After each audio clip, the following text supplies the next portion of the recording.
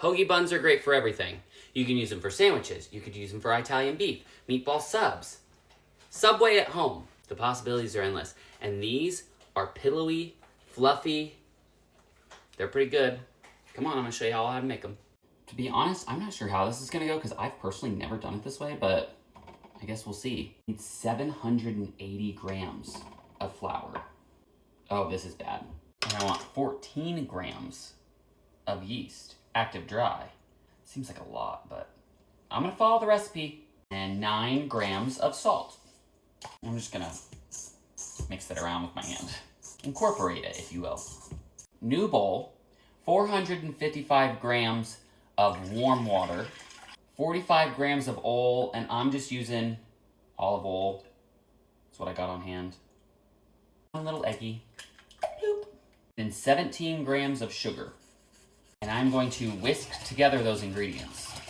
Now I'm using my stand mixer. If that's not something you can do, I'm so sorry, my queen. So the dry ingredients are in this bowl, and I'm going to start slowly, and as that's going, slowly add in this mixture. I have my mixer on 1 speed, and I'm just waiting for it to kind of scoop up against the sides and grab the rest of that flour. Okay, all of the ingredients are incorporated. And so I saw online that you should kind of slide this all off your hook. And then we're gonna go back into it and knead it again for like 8 minutes faster until it like balls together more. Cause this is still pretty, as you can see, sticky. So we're gonna try to unsticky it, I guess. I don't know. She went for about 10 minutes, and now I'm going to apparently dump her out on a well-floured surface. I'm also gonna well flour my hands because I don't really trust this dough right now. But the guy I saw do this said to knead it yourself by hand for another minute after you let it go in your mixer. Thankfully that surface is well floured because this is not sticky at all now.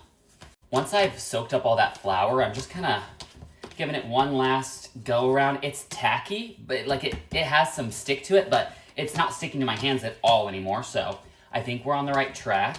I am just going to take my big ceramic bowl that I love so much, plop her down in there. I'm gonna cover this with plastic wrap. Thankfully, my house is about 75 degrees right now. Amazing.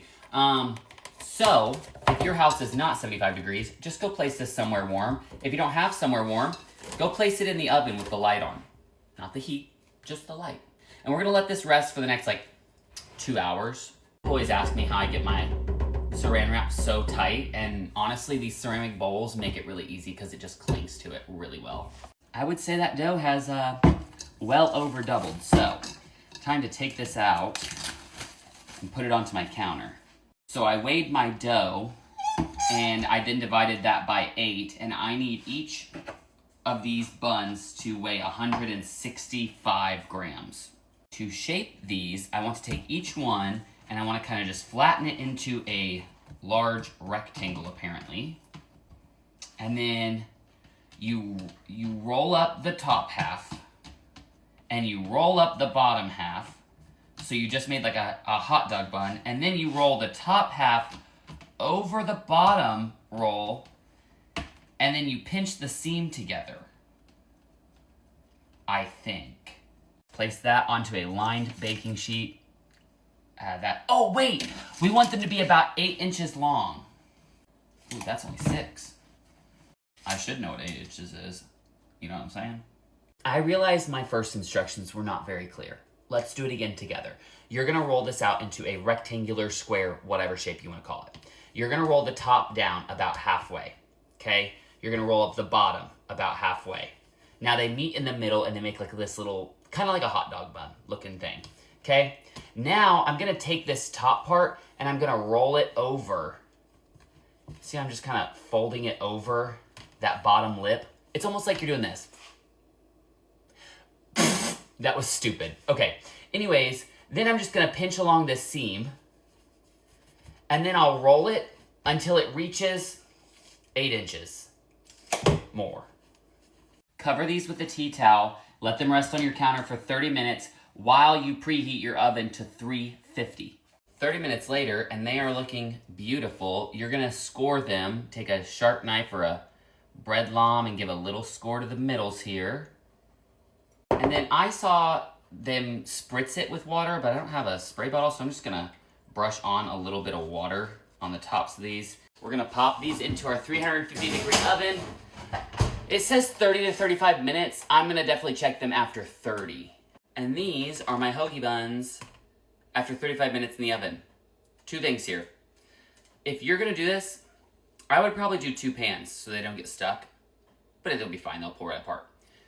2, I would do an egg wash on top because these didn't brown up near as much as I wanted to, but you can hear they do sound hollow, which is definitely what we want. So, success just doesn't look how I thought it was gonna look. Finished rolls, I did brush them with some butter, but I will say we kind of ate one by itself like it was a piece of bread because the inside is so pillowy soft.